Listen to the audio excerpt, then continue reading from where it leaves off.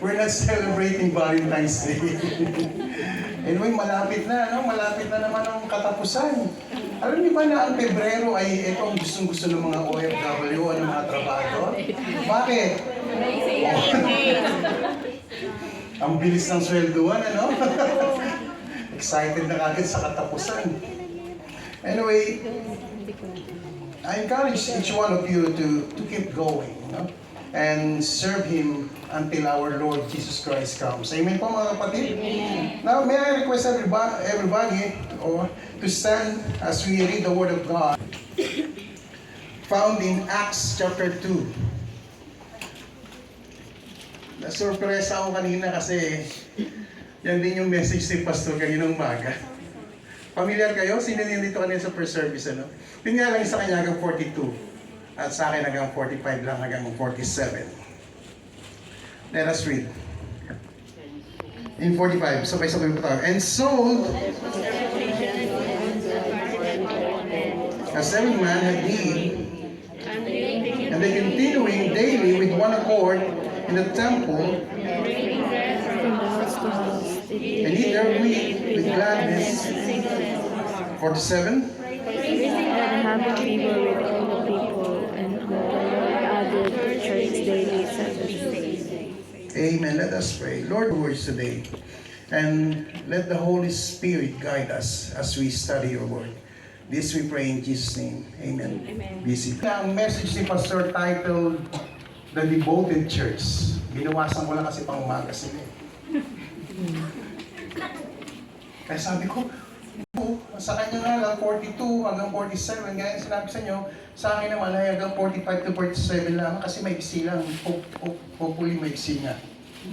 Anyway, it's a different approach. This time, iba yung kay Pastor na explanation, at sa akin naman po ay iba. But this is the Word of God, amen? Yes. Now, when people ask you, in your own POV or point of view, what will be your view of a nice church? A good church? A beautiful church? Sa Davao po, meron pong magandang simbahan doon. Kilala niyo na kung sino doon sa Davao, no? At tinatawag niyang maganda ang kanyang church. Kasi ang gusto ng pastor nila ay ang tatayo sa unahan ay mga nagkagandahang babae. Ang kanilang mga singers, di ba? From abroad yung iba. Kailangan yung kanyang front ay magaganda. Kaya ang church niya ay a beautiful church. Iba naman from abroad, magaganda. Sa Pilipinas, mga naglalaki din naman mga churches sa atin. At magaganda yung upuan, komportable rin naman ang ating upuan. Katunayan nga, may mga sinisimulan na nating lagyan ng mga cover para itago yung mga nagbibitak-bitak. But that is a blessing from God, yung upuan na yan. Amen po? Yes. Sa Pilipinas, mga good venue, good places, and a nice hall to have a worship. Ganyan dinidescribe ng iba, or maging sa akin din, kapag sinabing maganda ang iyong church, malamang yung nakikita nila. Tama mga kapatid? Yun ang nakikita eh. Maganda ang aming simbahan kasi kumpleto. May mga musikero, mga singers, mga professionals, the aircon, ang gaganda ng mga audio system. Then they call it a beautiful or a nice church. Sa ibang bansa like America or in Europe, like the St. Peter's Basilica, alam niyo po ba yan? O yung sinasabi nating the Vatican City. Familiar na kayo? Diyan po nakatira si Pope, di ba? Sa loob niyan, Vatican. At ang building na yan ay nagkakahalaga ng billions of dollars, US dollars. At kapag titignan mo ang simbahan na yan ng Pope o sa Vatican City, what a beautiful church. Napakaganda. Wala pa dyan yung mga nagmamahalang mga paintings na nagkakahalaga din ng bilyon-bilyon sa loob niyan. Although hindi pa ako nakakapasok, yan lamang po ang aking nasagat. Nakipagchismisan ako. Marites. Yan po ang makikita niyo sa Vatican City. But based on what we read, and what we are going to study in Acts chapter 2, verses 45 to 47, if wala mga bagay na to sa isang iglesia, sa loob ng iglesia, o hindi nangyayari sa iglesia, you cannot call that a church. Amen, mga kapatid? Ang iglesia, hindi mo maituturing na maganda, mainam, kung wala itong mga bagay na pag-uusapan natin ngayon. Pag-usapan po natin. Number 1, caring. Uy, lumay pa ganyan-ganyan pa. Caring and helping your fellow believers. Amen, mga kapatid? Amen.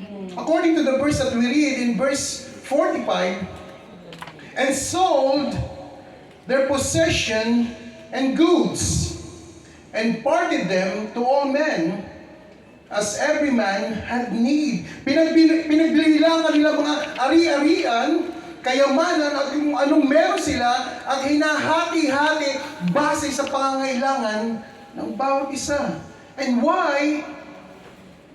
They need to help and care for them. Bakit kailangan nila gawin ito? Bakit kailangan nila tulungan ang mga taong ito? Obviously, mga kapatid, they need help. Kapag kami nangangailangan ba at nakikita mo, hindi mo ba kailangan tulungan ang isang kapatiran? Malamang gusto mong tumulong. Tama, mga kapatid? Gusto mong tumulong. And obviously, mga kapatid, they need help and they are now one in the band of love. Mga bago itong mga mananampalataya, mga bago itong converts, nakakilala sa ating Panginoon, and they need help. Dahil sa pag-ibig, kaya sila tumutulong at tutulong. Napaka-importante po, mga kapatid, ang pag-ibig. Kaya mo tinutulungan ang isang mananampalataya o ang isang tao dahil inuudyukan ka ng iyong pag-ibig sa iyong kapwa. Tama, mga kapatid? And they are now one in Christ. And they are supposed to help each other. Kaya po dito sa ating iglesia dahil tayo po ay iisa. Iisa tayo kay Kristo. Na dapat tayo ay nagtutulungan. Tama po ba, mga kapatid? Amen. Parang ayaw nyo tumulong.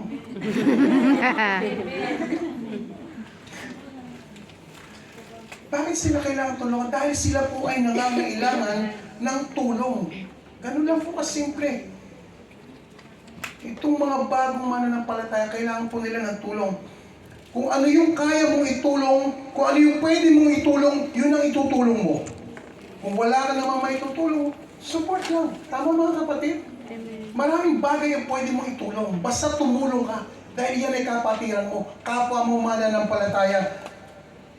Mahirap lang yung magpapanggap ka na nakikita mong kailangan ng tulong ng isang kapwa mo mananampalataya o hindi mo tutulungan. Anyway, God will deal with you with that. And this is what they are doing during the early church. Napakaganda pong makita na lagi sila nagtutulungan and helping and caring their fellow believers who are in needs. And the early church is characterized by a few key features. Andiyan po yan, may nakasulat po dyan. Para po maging familiar. Basahin po natin sa bantalang ako lang babasa. The early church is characterized by a few key features. They listen to the apostles' teaching, they eat and live together, they pray together, and they share all they own. Yan po yung nabanggitan ni Pastor kayo ng umaga. Pero gusto ko na pong banggitin.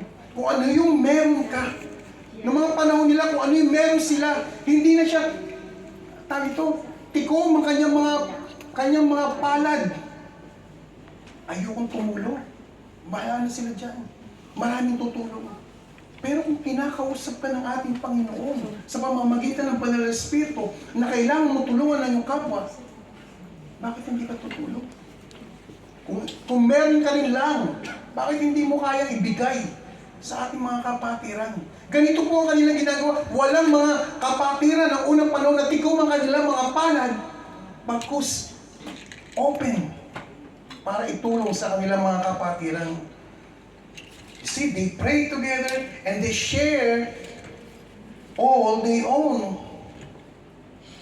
Kasi po during that time, sa mga nakakaluwag o yung merong kaya sa buhay, the only option, the only reason para makatulong sila sa kanilang mga kapwa ay ibenta ang kanilang mga possession o yung kanilang mga ari-arian. Nasa ganun ay makatulong sila sa kanilang kapwa in order to help doon sa mga bago nilang mga kapatiran. And in this particular verse, describes the generosity and selflessness of the early believers. Hindi mo na iisipin yung sarili mo. Hindi mo na isipin na, teka, baka wala akong matira para sa akin.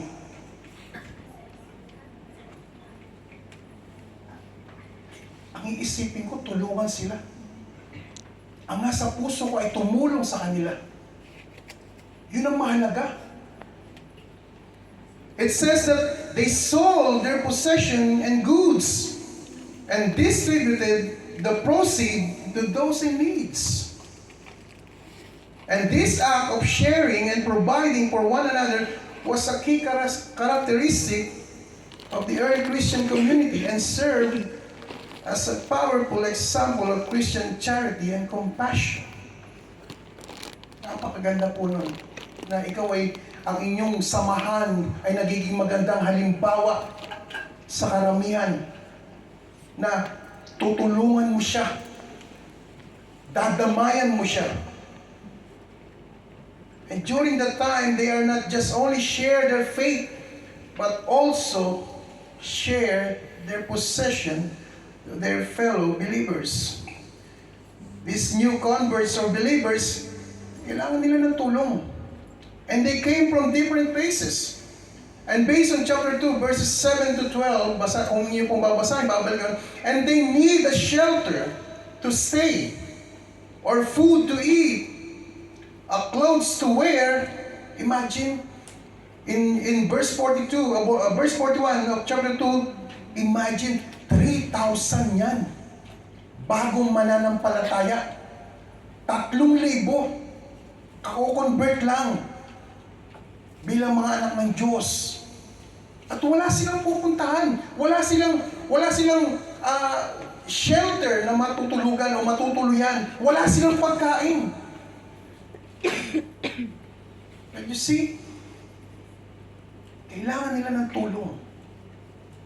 Kaya walang ibang kaparaanan kundi ibenta yung mga ari-arian.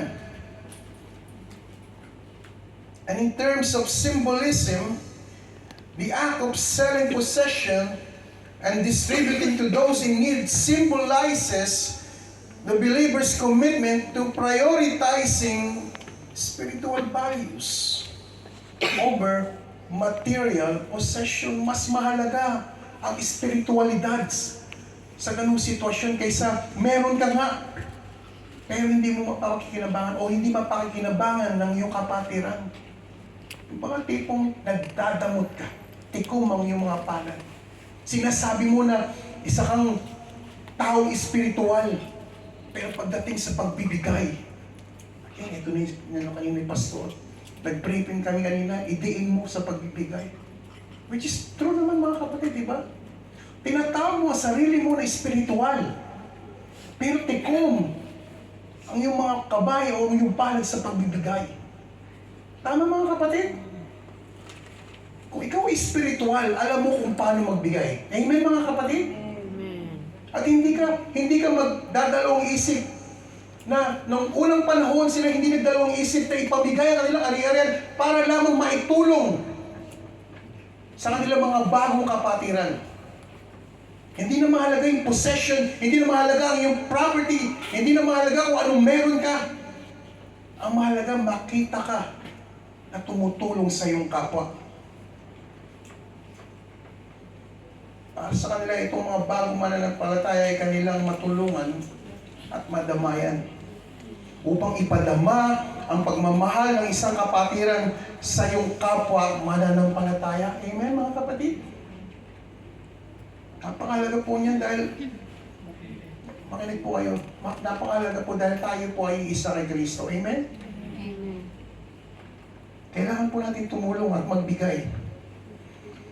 In our generation, hindi mo naman na kailangan ibenta yung mga ari-arian mo eh. Malamang walang gagawa nun, di ba? Eh, si brother, mayaman yan. Hindi mo maano yan na magbenta yan. Di ba? Kahit sino sa inyo, hindi niya na kailangan magbenta. Uy. Maraming paraan para matulungan mo yung kapwa mananampalataya sa ating panahon. Tama mga kapatid? Lalong-lalo sa mga baguhang Kristiyano, help them to continue serving the Lord. Ikaw yung pwedeng, malay mo, gamitin ng ating Panginoon na sa mga bagong mananampalataya, ay ikaw ang gamitin ng Diyos para lumago o magpatuloy sa paglilingkod sa Diyos. Tama mga kapatid? Hindi kayo agree? Amen. Parang wala kayong natulungan ha. Hindi kayo nakaka-relate? Anyway, encourage them to keep going or stay on course sa paglilingkod sa ating Panginoon. Help them to grow spiritually and be a blessing to others. Nagiging blessing ka ba sa iba? Ayan na naman tayo. Amen. Duda ka na naman. Alangan. But seriously speaking mga kapatid, napakahalaga po na ang buhay mo ay nagiging pagpapala sa karamihan. Amen. Kung hindi Amen. mo nakakatulong ng mga bagay-bagay o mga pinansyal, lamang ang iyong buhay ay maging pagpapala sa mga nakapalibot sa iyo. Tama mga kapatid? Kung hindi mo siya matutulungan financially o sa ibang mga bagay, kahit malamang ang buhay mo ay maging pagpapala at yan ay napakalaking tulong sa kanyang spiritual na pamumuhay. Amen mga kapatid? Amen. Kaya po dito sa ating church, meron po tinatawag na care ministry. At ang layunin ng care ministry nito is to care. Siyempre, di ba? Sana. And that is their ministry. Care ministry.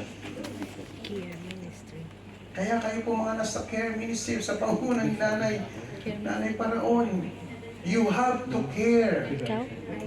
Lalong-lalo na sa ating mga baguhang mananampalataya o mga bagong miyembro. Amen po? Amen. But if you need help financially, kung meron ka rin naman, bigyan mo na rin naman, di ba? Pamasahe. Kung meron kang extra, why not? The key here is, how will you show to your fellow believers that you care for them and you have a willing heart to help? Tama? Ipadama mo, ipakita mo na willing kang tumulong sa Kanya. Yan po ang pinakamahalaga na magagawa mo sa iyong kapatiran to help and to care for them. Number two.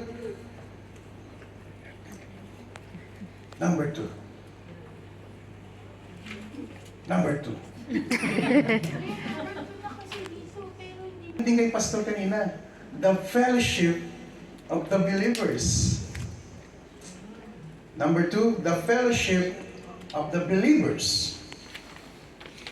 In verse 46 says that in they continuing daily with one accord in the temple and breaking bread from house to house did eat their meat with gladness and singleness of hearts. Notice that word says, and they continuing daily with one accord. Ibig sabihin po, araw-araw. Again, sabi ni Pastor kanina, araw-araw sila na nagkakaroon ng fellowship. Imagine that. Meaning, they are united. Yan po ang pinaka-keywords dyan. United sa Tagalog. Center. United or nagkakaisa. Tama mga kapatid. Nagkakaisa. Nagulat ako eh. Usapan sila, kami United Center. Consulate yun. And they are united, nagkakaisa in what they are doing for the Lord. What a blessing mga kapatid. Dapat tayo ay nagkakaisa, having fellowship, and then iisa ang ating puso, iisa ang ating layunin. In other words, tayo ay nagkakaisa para sa Panginoon. Amen? Amen. Walang kakaliwa, walang kakanan, walang mauuna, walang mauhuli. Straight. Pagkus, iisa tayo. In unison. Nasaan si Ate Susan? Diba? Kapag ang awitin nyo ay hindi unison, ano nangyayari ating buhay, di ba? Merong sumeseparate ang boses dahil hindi siya nakikiisa. Tama mga kapatid? And that is not unison. Ibig sabihin, kapag unison kayo, iisa ang inyong tinig, iisa ang inyong boses, iisa ang inyong pinaparoonan. Walang kontra, walang humihiwalay, walang ibang ginagawa, walang ibang pinupuntahan. At yan po ay magandang halimbawa o magandang makikita sa isang iglesia. Amen? Amen. Meron ba tayong pagkakaisa dito? Amen. Huwag niyo kung pagkaisahan, matulog kayo ang isa. They gather together daily. Imagine that. Hello. Tayo kasi, ano ba pwede ba tawagin pag tuwing Sunday lang? Sundayly? Kasi sila daily, tayo tuwing Sunday lang, kaya Sundayly. Daily. Palpak na naman yung joke ko. Joke pala yun. Yun ang joke ko. Yung huli. Listen, they gathered together daily, fostering fellowship and shared worship, which were vital in nurturing their faith. Nurturing their faith, inaalagaan ang isa't isa sa kanilang paglago sa pananampalataya. Hindi mo pwedeng, bahala ka dyan. Basta ako, isipin ko sarili ko, hindi. Walang iwanan nga eh. Nagkakaisa. Kailangan, kung sino yung nanghihina, palakasin. Kung sino yung nangangailangan ng tulong spiritual, lift up mo, encourage mo. Hindi mo pwedeng, bahala ka dyan. Wala sa buhay mo. And it's not just they have unity in everything, and at the same time, sila po ay nagtutulungan para lumago sila sa isa't isa. As Christian, it is very important for us to always gather in every program we have, every activities, especially in our worship service. Kapag kami gathering po ang iglesia, pasintabi po sa mga hindi nakakasama sa ating mga gatherings, kung paano mo ipapakita ang iyong suporta sa ating iglesia, sa ating gawain, dapat po sumasama kayo. Amen po? Amen. The Amen. next time na meron tayong activities o program, wala ba dito sa Ate Lisel? Si Ate Bukay? Hopefully, by next time, 2-3 bus na ang ating maarkila. Pwede naman 3 bus ang arkilahin niyo, wala nga lang laman yung iba niya. Pero seriously mga kapatid, ito po ang bagay na tinatawag na fellowshipping with fellow believers. Na kung anong merong aktibidades ang simbahang ito, ang iglesyang ito, Pumunta ka? andun tayo sama-sama.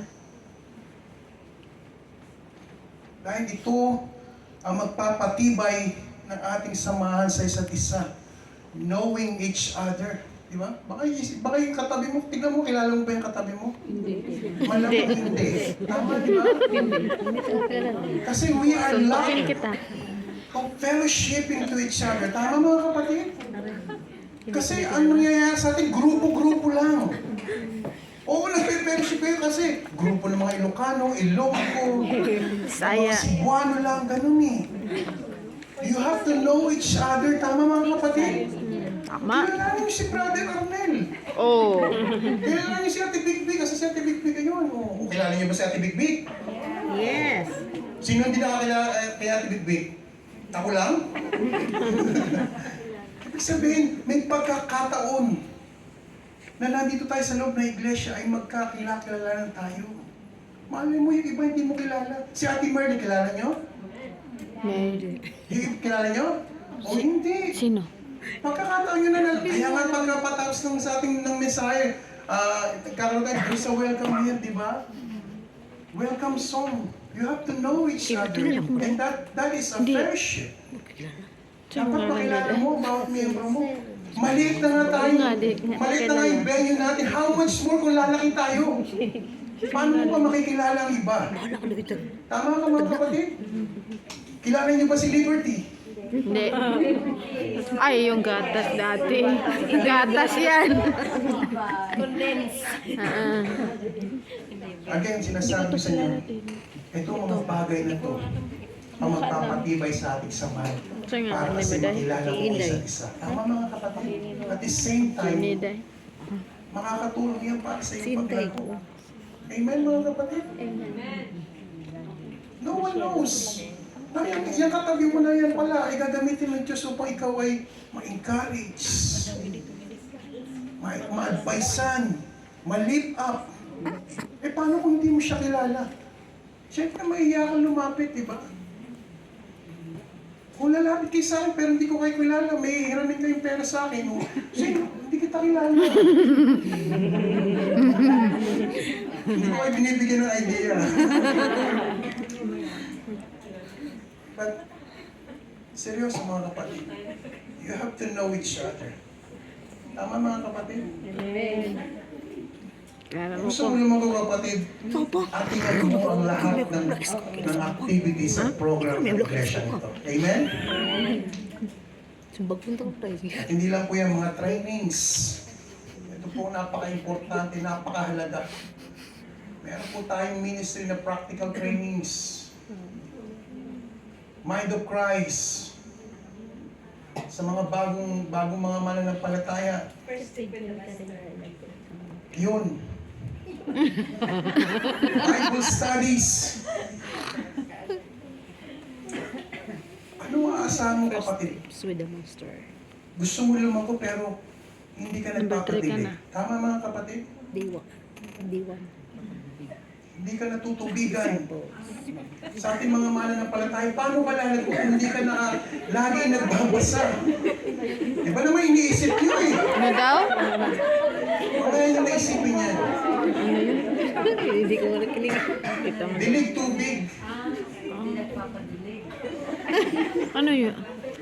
Huwag kang umasa ng ikaw ay lalago kung kulang ka sa fellowship. Amen mga kapatid? Huwag kang umasa ng lalago kung hindi ka na marunong magbasa ng Biblia. Huwag kang umasa ng lalago ka kung hindi ka umakin ng mga trainings. Worship service, napaka-importante rin po niyan. At kapag ginawa mo yung mga kapatid, 100% ikaw ay magmamature sa iyong pananampalataya. Amen? Amen. Gagawin mo? Amen. Sabi niyo yan, ha? At napakalaga rin po na kapag ginagawa natin itong mga bagay na ito, about fellowshipping, ay sinusuportahan mo ang gawain ng iglesia nito. Amen. Yan po ay nakalagay sa ating church covenant. Di ba, Ate Micah, no? Attend all the activities of this church. Ginagawa ba natin? Amen. Tayo na. 85%. Kung maaari lang, i-text nyo sa akin, i-text nyo na lang yung amen nyo, di ba? Having fellowship with fellow believers, lalong tumitibay ang ating samahan. Tama? Hindi samaan. Narinig nyo? Kulang na Tumitibay ang ating samahan. Hindi samaan. Yung sinabi ko muli, hindi po kapampangan yun, ha? Dahil tinanggalan ko ng H. Kapag tayo po ay laging nag-fellowship, laging nagkakasama-sama, laging nag-uusap, tumitibay po ang ating samahan. Amen? Amen. Paano kung hindi? Wala. Hindi ka pamilyar sa iyong katabi ngayon, di ba? Oo, ito. Yan, Suntukin kita. Try mo makipag-fellowship sa ibang grupo. Sa ibang mga kapatid. And do not, ito po makinig kayo mga kapatid, do not separate yourself to others. Na para bang na-OP ka. Alam niyo ba yung OP? Out. Payment? Out of place. Out of place. Huwag mong gawin ang sarili mo ganun. Lahat po tayo dito iisa. Lahat po tayo mga lingkod ng Diyos. Kaya kapag ka nandito ka bago kang miyembro ng KFBC, Na? chill. Di ba? Make yourself comfy. Tama mga kapatid? Tama. Ipalagay mo ang sarili. Makipag-usap ka, makipagtsikahan ka, huwag ka lang makikipagmarites. Huwag kang mahihiya. Huwag mo rin naman kakapalan. Tamang sakto lang. Para bang kwento ka ng kwento, no? Sasabi sa'yo, close. Ngayon lang kita nakita, close ka na agad. Hindi naman ganyan. Ibig sabihin, yung sakto lang, di ba? Ay, kamusta kapatid, di ba? O saan ka sa atin? Uy, tiga Ilocos Norte. Saan doon? Ano address mo? Di ba? Sino kapitbahay mo? Ibig sabihin, knowing each other. At the same time, nakikita mo ang sarili mo na meron ka ng bagong kaibigan. Amen? Amen. Ganun po ang kahalagahan ng fellowshipping ng mga believers. Uy. Do not separate yourself to others. And sooner or later, a strong bond will be established in this church, in the church, or with your fellow believers. And someday, this group or these people will use by God to help you to grow. Amen? Amen. Marami na po nangyayaring ganyan. Ay, si Ate Gail, I was so blessed sa buhay niya, parang gano'n, di ba? Uy, si Ate Sheila, nakilala ko siya, ganito palang buhay niya, ang ganda na-encourage ako sa buhay niya. Ganun po mga kapatid, huwag ka lang uupo dyan. Although bago ang sandalan niya, uncover, namnamin mo naman ang ating mga kapatiran. Amen po? Amen. Hindi masusugod yan, yung mukha lang. Mababait po ang Colon Filipino Baptist Church. Amen? Amen. Mababait dyan. Mababait dyan. Kapag?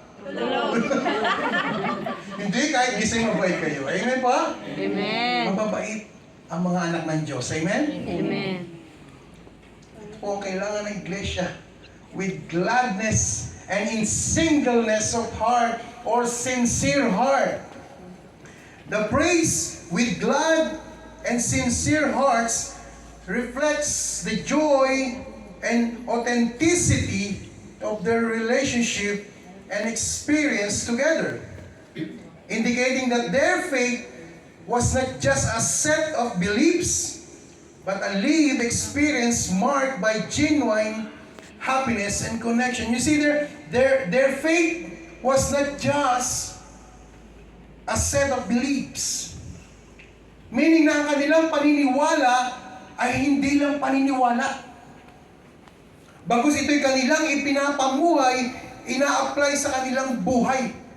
Nakuha niyo mga kapatid? Hindi lang sila naniniwala sa isang ganitong bagay, kundi yung kanilang pinaniniwalaan o yung kanilang sinasabi o itinuturo, ipinapamuhay din nila. Amen mga kapatid? Amen. And sincere hearts reflects the joy and authenticity of their relationship with each other. I-try niyong yakapin ang isa't isa. Ang resulta niyan ay makikilala mo siya na lubusan. Tama mga kapatid? Kapag ka lagi mo siya nakakasama at nakakausap, nakakadaw pang palad, later on, magiging palagi ka sa kanya eh. Di ba? Later on, pwede mo na siyang hiraman eh. Ang Bible, pagka wala kang Bible.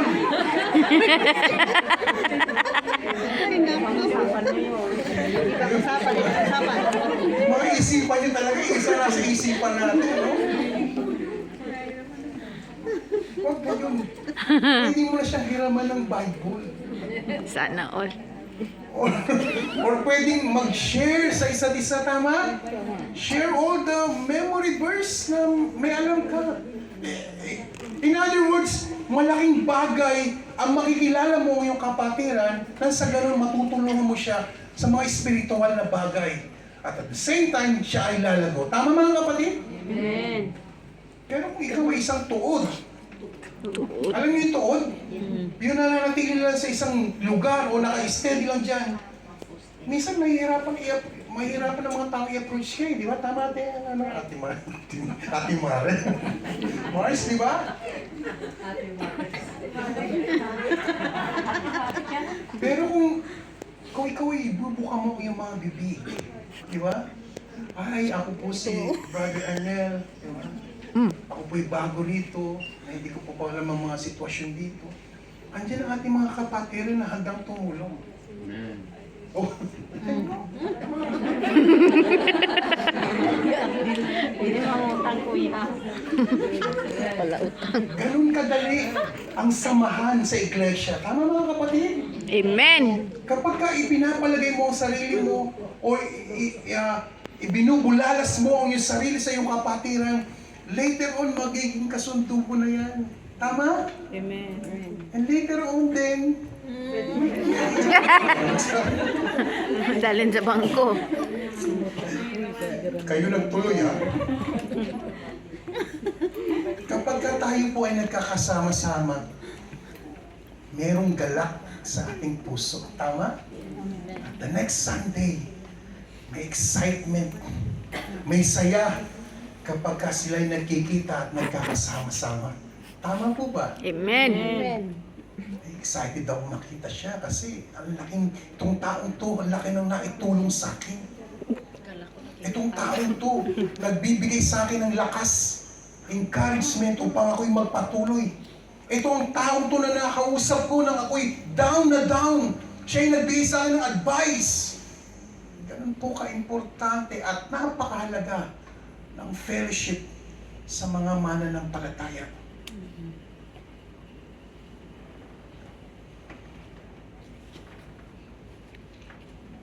Busilak at tunay na samahan. Amen po? Amen. Madalit salita, hindi siya porokan Plastic. o tupperware. Walang plastikan. Walang plastic sa mga likod ng Diyos. Amen? Amen. Tayo po'y tunay lahat. Sabi nga sa Facebook,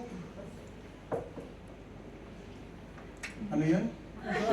Joke. Tunay lodi, carbon lodi, di ba? Ibig sabihin matibay. Matibay na samahan sa loob ng iglesia. But to be honest mga kapatid, hindi laging maganda ang samahan sa loob ng iglesia. Tama? May tampuhan, may hindi pagkakaintindihan, may taasan ng kilay. Nox. Ma-pride. Who you? Char. Yan po ay lahat nangyayari din naman sa iglesia.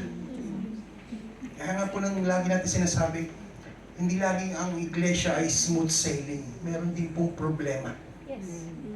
And all this thing should not stay inside your heart. Amen?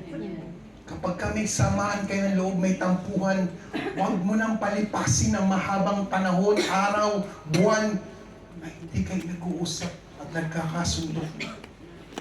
Dahil maraming naapektuhan, maraming nakakakita, maraming nakakabalita sa inyong tampuhan. Seryoso kayo, ano? Sila. Walang patutunguhan ito sinasabi ko. Walang tinutumbok to. Huwag niyong panatilihin ang galit sa inyong puso. Amen po mga kapatid? Amen. Kung ikaw ay kinakausap ng banal na espiritu, kahit ikaw ay walang kasalanan, ikaw na gumawa ng aksyon para kayo magkasundo at magkapatid. Dahil tayo po ay iisa kay Kristo. Iisa ang ating espiritu na nananahan sa ating buhay. Amen? Amen. Pride. Huwag na po yung pairanin. All these things should not stay in your heart. Galit, hatred. Eventually that will end in grudges o samaan ng loob. Remember, we are all believers of Christ and we have one Spirit and the Holy Spirit live in us. Amen? Amen. Napakainan po at malaking pagpapalang magandang samahan sa loob ng iglesia. Hindi bangayan. Dahil kapag ka bangayan, it damages everything. It damages the whole thing. Tama? It damages the fellowship, the relationship, and more. And it make tisod-tisod the others. Ano yun? Micah, ano ba yung tisod sa English? Hindi naman yun. Oh, it's a spiritual word. Stumble. Kasi sabi nito, tisod-tisod eh. And it makes stumble the other believers. Kung kami mag-aaway ni brother, pinatayan na ako. Nice. Away kami ni Ate B.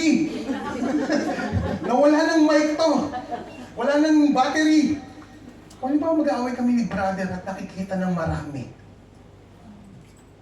Kami ba'y nagiging magandang halimbawa? Nasaan ang fellowship to?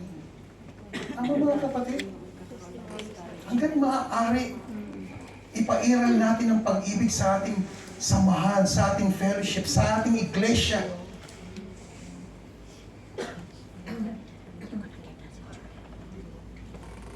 Let us live together in harmony and according to the will of God. Amen? Amen. Lastly, ayun na naman, dilat na naman ang mata nyo na sinabi ko lastly. Reputation. A church with reputation. What is reputation means? Eh di reputasyon. Sinusya lang.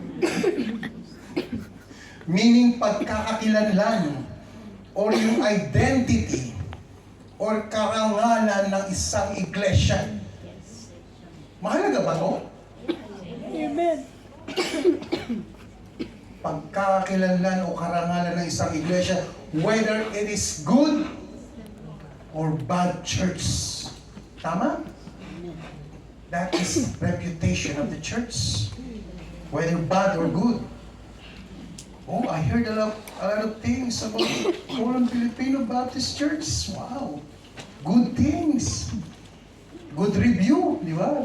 Makikita mo sa sa Google, 5-star. Sabi daw doon, ang Foreign Filipino Baptist Church ay ang babait na mga miyembro. Uy. kayo nagsabi niyan. Mababait itong mga miyembro at very accommodating. Wow. Gusto ko umatin sa church na yan. That is a good reputation of a church. Tama mga kapatid? Amen. Eh paano kung the other way around? Pero salamat sa Panginoon. Hindi tayo nasa bad things or bad review ang ating church. Dahil tayo po ay nagmamahalan dito. Amen? Amen. Mamahalan tayo ha? Amen.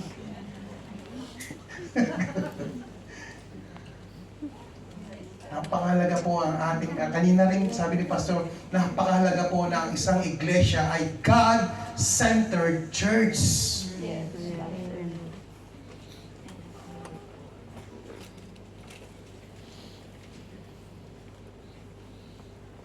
Paano kung sinasabi ko sa inyo kanina, seryoso po, paano kung ang ating reputasyon ng ating iglesia ay hindi maganda?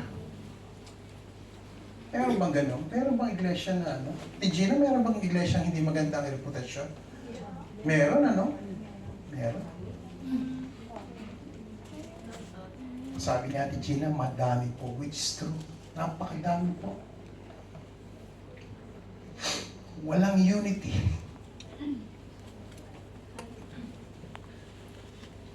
Individual person ang nasusunod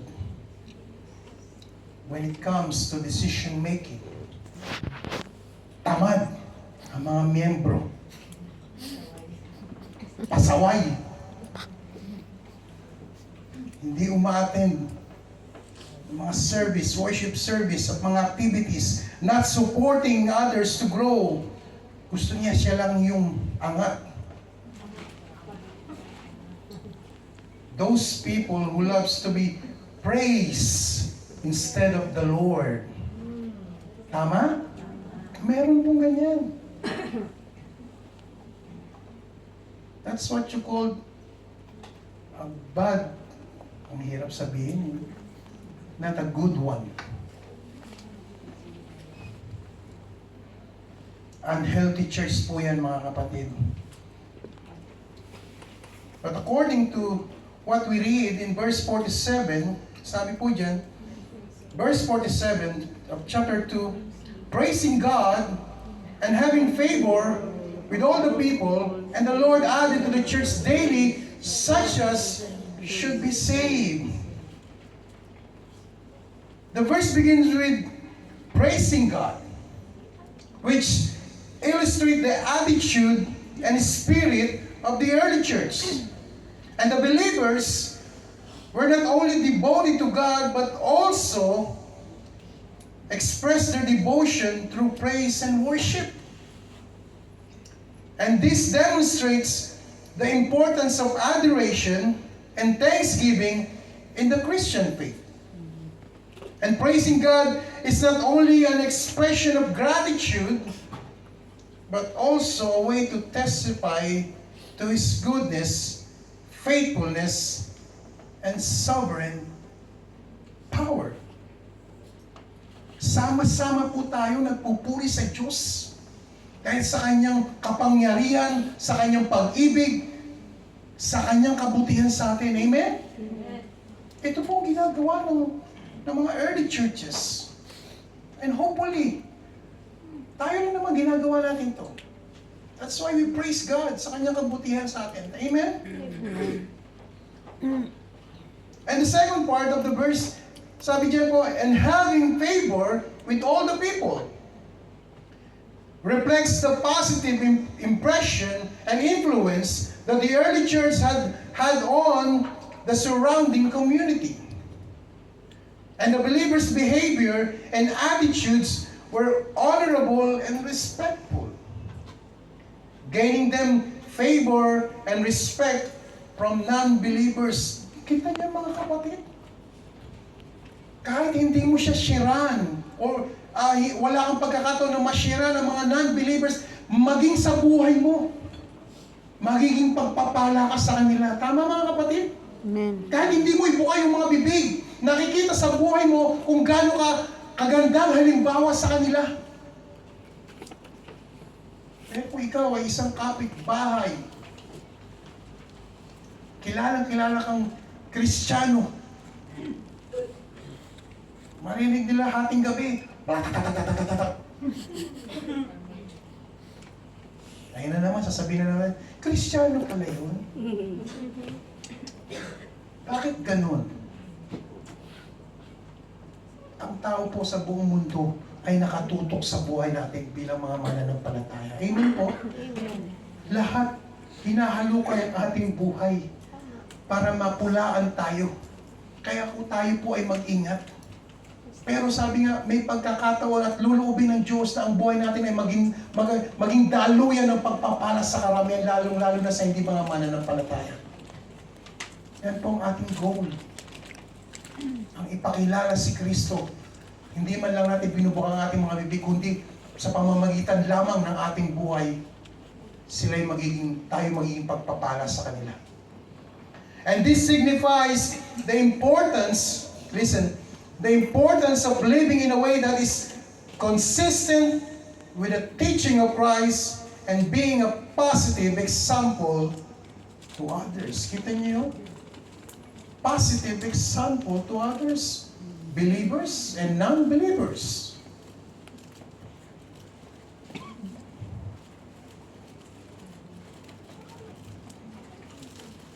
Sa kahuli-hulihan po ng verse, and the Lord added to the church daily such as should be saved. Can you imagine that? Baka yung kanilang worship hall na hindi na sila kasya. Dahil daily may nagdadagdag sa kanila. This portion highlights the divine providence and intervention in the growth of the church.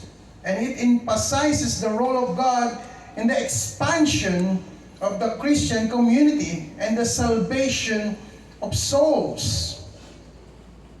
And the word or the phrase, such as should be saved, suggests that those who were added to the church were not merely incidental, but were part of God's sovereign plan of salvation. Amen?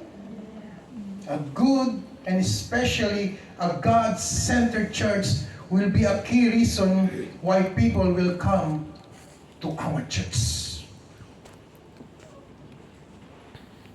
Pupunta ako doon sa simbahan na yun. Dahil magandang halimbawa sa akin si Brother Arnel. Pupunta ako doon sa church na yun, sa Colon Filipino Baptist Church. Sino pa ba? Hindi ko natatawag dito. Si Ate Luella. Dahil naging magandang halimbawa ang buhay niya sa akin. Ang sarap no, di ba mga kapatid? Pupunta ang isang hindi mananampalataya at mananampalataya sa iglesyang ito kasi magandang halimbawa ka. Amen? Eh paano kung baliktad? Which is nangyayari. Di ba? Ayaw pumunta doon sa KFBC. Halimbawa din kanina ni Pastor. Ayaw pumunta ng KFBC kasi baka maniningil ako. Ayaw ko na ulitin.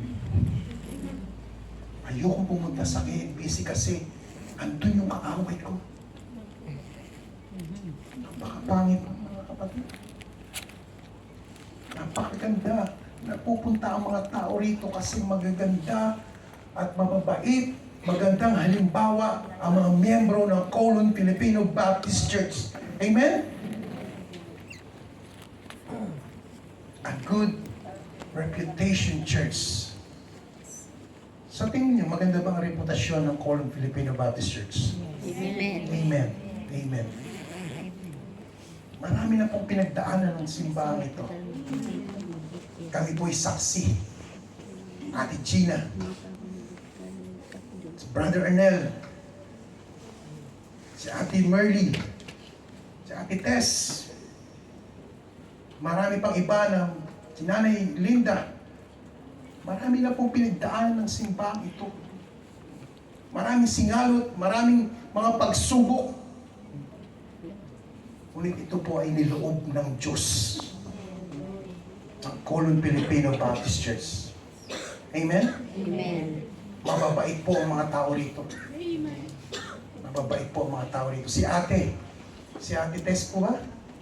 Matagal na rin miyembro ng Colon Filipino Baptist Church yan. At sa biyaya ng Diyos, siya po muli ay nakabalik dito. Dahil pinagpala ng ating makapangyarihang Diyos ang iglesyang ito. At ito po'y mananatili hanggang sa bumalik ang ating Panginoong Hesus. Amen. A good reputation church. Because of you. Because to everyone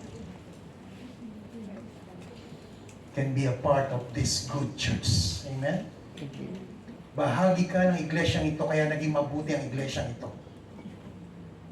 Dahil nakita nila sa buhay mo ang magandang halimbawa.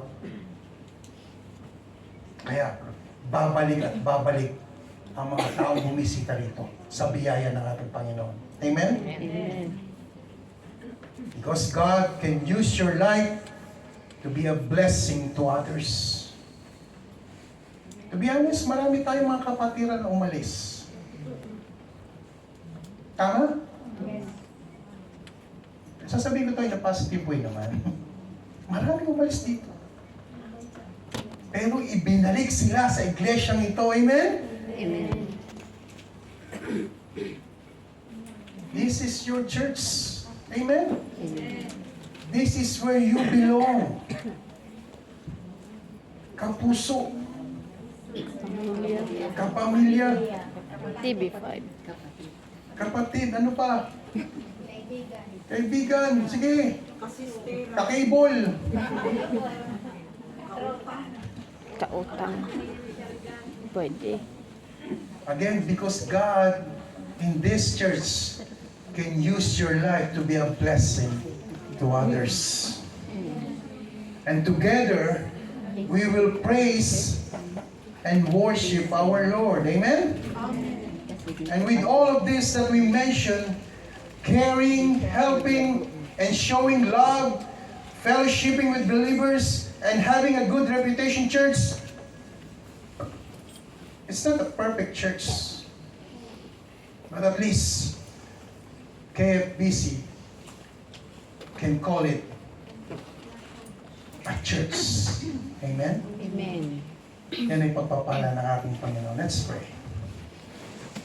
Lord, we thank you for the time na ipinagkaloob mo sa amin sa hapong ito. Panginoon, hindi mahalaga na naghagandahan, naglalakihan, nagmamahal ng church building kung bakit mo masasabing maganda ang isang iglesia. Hindi mahalaga yun. Ang mahalaga sa isang iglesia, kami po ay nagdadamayan, nagkakasama-sama in one spirit, binubuklod ng iyong pag-ibig, nagmamahalan, nagtutulungan. Doon namin masasabi na maganda ang reputasyon ng iglesyang ito. Dahil ikaw ang aming Diyos. Nagbigay ka sa amin ng magandang halimbawa na siyang aming dapat tularan. At huwag maging tikom ang aming mga palad, ang aming mga kamay. Darating ang pagkakataon na kami lalapitan ng aming mga kapatiran, hihingi ng tulong espiritual, advices, counsel. Naway huwag namin itong hindian, kundi sa biyaya mo, sa pag-ibig, sa kalooban mo, Panginoon, kami handang tumulong sa aming mga kapatid. Ganito po kalaga ang fellowship ng mga mananampalataya. Naway tanim namin sa aming buhay, sa aming puso, na ang lahat ng mga bagay nito ay ginagawa namin dahil tinuruan mo kami, O Diyos. Kami yung binuklod ng pag-ibig, pinagharian ng iyong banal na Espiritu.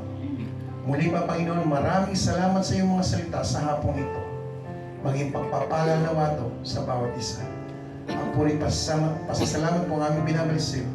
Ito po ang aming dalangin sa tayong pangalan ng aming Panginoon Jesus. Amen.